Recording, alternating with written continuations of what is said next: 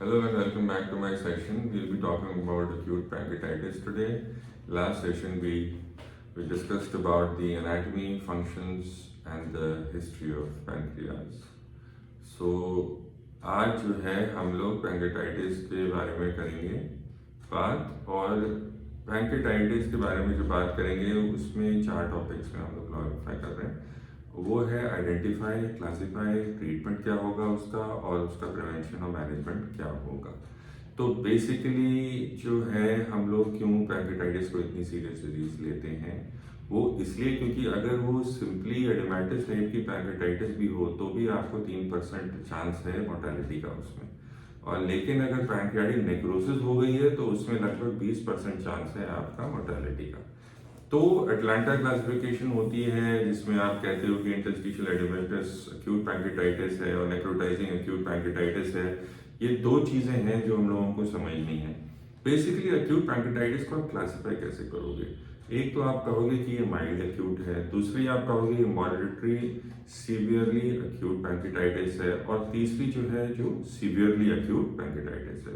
So acute pancreatitis is your mild acute pancreatitis, moderately severe acute pancreatitis and your severely acute pancreatitis। अब इन तीनों में difference क्या है?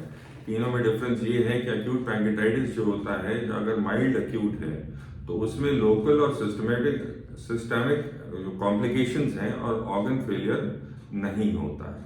और मॉडरेटली सीवियर एक्यूट पैंक्रेटाइटिस में क्या होगा? लोकल कॉम्प्लिकेशंस विद और without organ failure and it is less than 48 hours. और तीसरा है आपका सीवियरली एक्यूट पैंक्रेटाइटिस। तो उसमें क्या करते हैं, उसमें परसिस्टेंट ऑर्गन फेलियर हो जाता है, 48 घंटे से ज्यादा हो चुके होते हैं उसमें, और एक से ज्यादा ऑर्गन भी फेल हो चुका होता है। तो ये हम लोगों की बेसिक डिविजन्स थी पैंक्रेटाइटिस की, एक्यूट पैंक्रेटाइटिस की। अब हम थोड़ा आगे बढ़ते हैं और हम we should find out what are the causes of acute pancreatitis. Acute pancreatitis के जो कॉजेज हैं, सबसे पहले आप GAM याद करिए, जो सबसे सिंपल हो और पहली नजर में आपको पकड़ में आ जाए। तो गैम की जो हम बात कर रहे थे वो थे गॉलस्टोन्स, अल्कोहलिज्म और मेडिकेशंस। अब ये लिस्ट बहुत लंबी है तो हम लोग पूरा इसको आराम से लेके चलेंगे। तो ये लिस्ट में जो है हम लोगों ने जैसे बताया, गॉलस्टोन्स है, अल्कोहलिज्म है, then hypertriglyceridemia, drug induced idiopathic, post procedural ERCP, surgery हो चुकी हो किसी की, ampullary stenosis formerly known as sphincter of Oddi का टाइप 1 डिसफंक्शन, उसके बाद ऑटोइम्यून टाइप 1 एंड 2 जिसमें IgG4 रिलेटेड होता है, then viral infection, bacterial infection, smoking, trauma, congenital abnormalities जिसमें एनुलर पैंक्रियाज आता है, फिर जेनेटिक डिसऑर्डर्स है जिसमें हेरिडिटरी पैंक्रेटाइटिस है, सिस्टिक फाइब्रोसिस है, अल्फा 1 एंटीट्रिप्सिन डेफिशिएंसी है। तो कॉजेज अभी खत्म नहीं हुए हैं, कॉजेज और भी लंबे हैं, let us go with it. Hypercalcaemia है, पैरासिटिक इन्फेक्शंस हैं, रीनल डिजीज है जिसमें हीमोडायलिसिस एक कॉज होता है during that, and toxins which are scorpion bites and organophosphate poisoning, and finally we can have vasculitis जिसमें पॉलीआर्टेरियोसा नोडोसा है, पॉलीआर्टराइटिस nodosa है, और SLE है विच मीन्स सिस्टमिक ल्यूपस एरिथेमेटोसिस। सो ये सारे कॉजेज हैं, ये बहुत लंबी लिस्ट है, तो आप अपने you have to study accordingly with that. Now what is the peak incidence of this acute pancreatitis? It is usually in the 5th and the 6th decade of life, and it is in mortality increases with age. अब ये होता क्या है? What is the etiology behind this pancreatitis? When it occurs, how does it happen? So there is a concept that there is a premature activation of the enzyme trypsinogen, which is converted into trypsin within the acinar cell itself rather than when it comes into the lumen. तो उससे क्या होगा? उससे increase in the duct pressure हो जाएगा और उससे obstruction हो सकता है, और उसमें कैल्शियम की जो हीमोस्टेसिस एंड pH जो होता है वो डिस्टर्ब होना शुरू हो जाएगा। उससे फाइनली थोड़े टॉक्सिन्स बनने शुरू हो जाएंगे, फिर ATP डिप्लीट होगा। जब ATP डिप्लीट हो जाएगा तो उसमें जो है आपका इंट्रा एसिनर कैल्शियम कॉन्सेंट्रेशन वो बढ़ जाएगा, ठीक है। उससे अर्ली एक्टिवेशन ऑफ एंजाइम जैसे बताया गया था, और ये सब जाके क्या कॉज करते हैं, उसको बोलते हैं डैम्प। डैम्प का मतलब होता है डैमेज एसोसिएटेड म्यूकोजल पैटर्न। सो जब डैम्प बन जाता है अंदर पैंक्रियाज के अंदर, तो ये जो है it releases neutrophils and that causes inflammation, a cascade which leads to pancreatitis, increased permeability of the capillaries, and finally endothelial damage, and that will lead to microvascular thrombosis, which then finally leads to MODS, that is multiple organ dysfunction syndrome. So this is the basic etiology of pancreatitis. Now we'll come to the other parts. There are certain genes that play a role into it, such as your CFTR and PRSSI and CTCR and Spinky genes. So these are the genes also which create in which you can have pancreatitis. Now we will come to the क्या क्या उसका वो होता है. It is not only alcohol कि आपने alcohol कर लिया, लगभग 5 साल लगता है. You are drinking alcohol for a period of 5 years, so that then results in, it is said, but it is all in idiosyncratic reactions in the body. It depends on each body individually. So that acute pancreatitis कहते हैं कि it takes a long time, but you should not rely on this point. You should be careful all the time. तो ये symptom में हम जो pen बोलते हैं, उस पेन को कैसे हम लोग हिस्ट्री के फॉर्म में उसे कोरिलेट करें, तो या तो वो आपका एक देखा जाए या वो बैक में जा रहा है, या वही एक डल एकिंग पेन है जो एपिगैस्ट्रिक रीजन में है. अगर वो बैक में जा रहा है, please understand, if the pain is going towards your back, then the cause is most likely a biliary cause.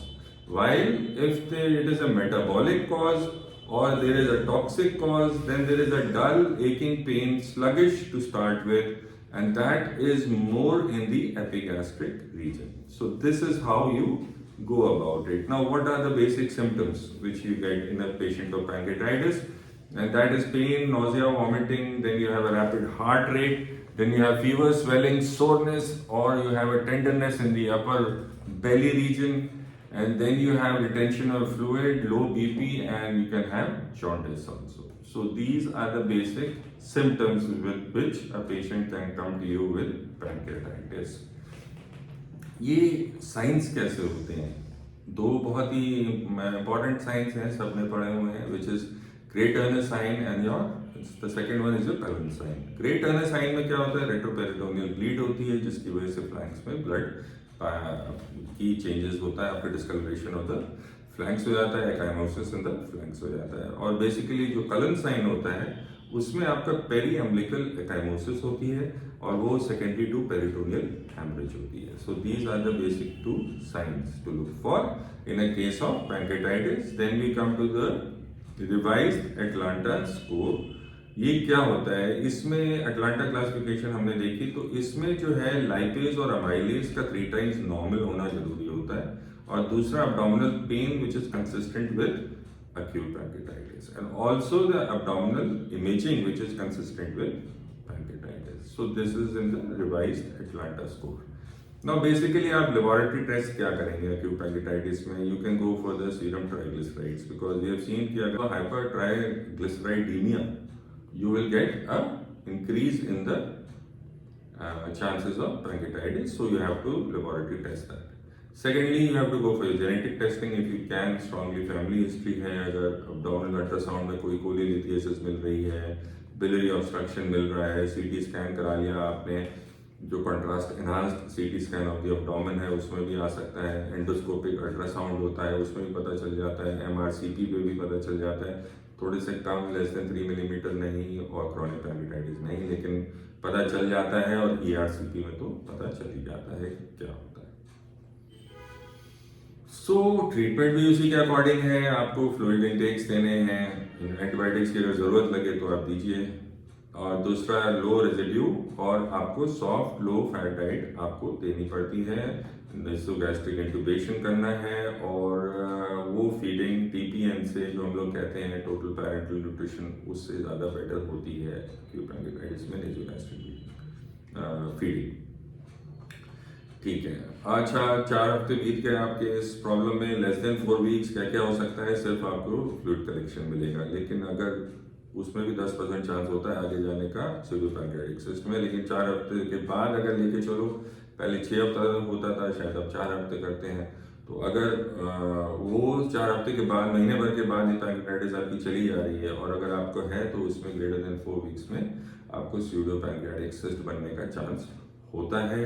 Finally एक प्रोसीजर है जिसको आप नेक्रोसेक्टमी बोलते हैं, सर्जिकल नेक्रोसेक्टमी, वो भी आप इस चीज़ में सर्जिकली कर सकते हैं अगर आपको नेक्रोसिस डेवलप हो गई है तो, क्योंकि वो ऑटो डाइजेस्टिव होती है। तो जितनी ज़्यादा एंजाइम्स हैं, जितना ज़्यादा है वो अपने आप को शरीर के अंदर, कहते हैं कभी कभी तो it can go up till the knee also trying to filter through all the tissues. तो पैंक्रियाटिक जब एक बार एक्यूट पैंक्रियाटाइटिस सेटअप हो जाती है, that is what how this trypsin, nogin and all these enzymes which are released as a part of the this inflammation, they can cause a lot of harm. So it's always better to identify this, treat it at the earliest. Okay, so now what we are going to come to is the next part of the talk, and that is your differential diagnosis. अब क्या क्या ऐसी differential diagnosis हैं जो हम लोगों को बता सकती हैं कि एक्यूट पैंक्रियाटाइटिस, तो ये क्या है? वो है peptic ulcer disease, cholangitis, cholecystitis, bowel obstruction, bowel perforation, mesenteric ischemia, acute hepatitis, diabetic ketoacidosis, basilar pneumonia, myocardial ischemia, aortic जो होता है dissection, aortic dissection and renal colic. So these are the things that can cause. अब उसको identify जैसे हमने को करना है सिवियरिटी स्कोर्स के फॉर्म में, तो वो हम कैसे करेंगे? वो करेंगे, 2 बेसिक स्कोर्स हैं जो interestingly they are better than your APACHE 2 and your Anson's criteria, which is your BISAP. BISAP is basically your bedside index for severity of acute pancreatitis, in which you get BUN, which is blood urea nitrogen greater than 25, and then you have impaired mental status, which is your Glasgow Coma scale 15 से कम है, और SIRS है साथ में, which is systemic immune response syndrome, फिर as है which is greater than 60 years, और आखिरी में pleural effusion है। तो ये आपके बाइसैप के फीचर्स होते हैं। दूसरा जो है आपका मॉडिफाइड सीटी सिवियरिटी स्कोर इंडेक्स होता है, जिसे CTSI भी बोलते हैं, और इसमें जो होता है आपका नॉर्मल पैंक्रियाज में 0 पॉइंट्स है, इंट्रिंसिक पैंक्रियाटाइटिक एब्नॉर्मैलिटीज विद और without changes in the peripancreatic fat 2 points है, फिर पैंक्रियाटिक और peripancreatic fluid collection and peripancreatic fat necrosis में 4 पॉइंट्स हैं, और अगर पैंक्रियाटिक नेक्रोसिस है नहीं है तो 0, लेस देन 30% है तो 2, और ग्रेटर देन 30% है तो 4, या फिर एक्स्ट्रा पैंक्रियाटिक एब्नॉर्मैलिटीज। और ये जो कॉम्प्लिकेशंस होते हैं such as pleural effusion, abdominal ascites, vascular complications और पैरेन्काइमल और GET इन्वॉल्वमेंट है कि नहीं है। तो अगर ये आपका CTSI जो है 0 to 2 है तो वो माइल्ड है, 4 to 6 है तो मॉडरेट है, 8 to 10 है तो सिवियर है। So now finally we can conclude this talk with one aspect, that is your complications of acute pancreatitis. Complications of acute pancreatitis में क्या क्या आता है? जो है आपका abdominal, बड़ी लंबी लिस्ट है। This is a very theoretical chapter, so I am going to just enumerate things for you. So it is advisable you also have to go and study this. But there are a lot of causes which you are going to just enumerate, and they are like complications क्या क्या हो सकते हैं इसमें? abdominal compartment syndrome हो सकता है, acidosis है, acute renal failure है, acute respiratory distress syndrome है, ascites, bowel infarction, chronic pancreatitis, then you can have disseminated intravascular coagulation, hemorrhagic pancreatitis, and then gastric varices, ileus, mesenteric venous thrombosis, pancreatic abscess, pancreatic arterial, pseudoaneurysm, pancreatic necrosis, pseudocystic formation and splenic vein thrombosis। तो इस बार ये list इतनी लंबी थी कि मुझे खुद ही अपना जो है खोल के आपके सामने पढ़ना पड़ा, but this is huge this thing, the complications is a long list, and that means that the disease is itself a very serious problem. So I would suggest to everybody not to ignore this acute pancreatitis, and it has to be diagnosed early, and the treatment has to start at the earliest. Thank you so much.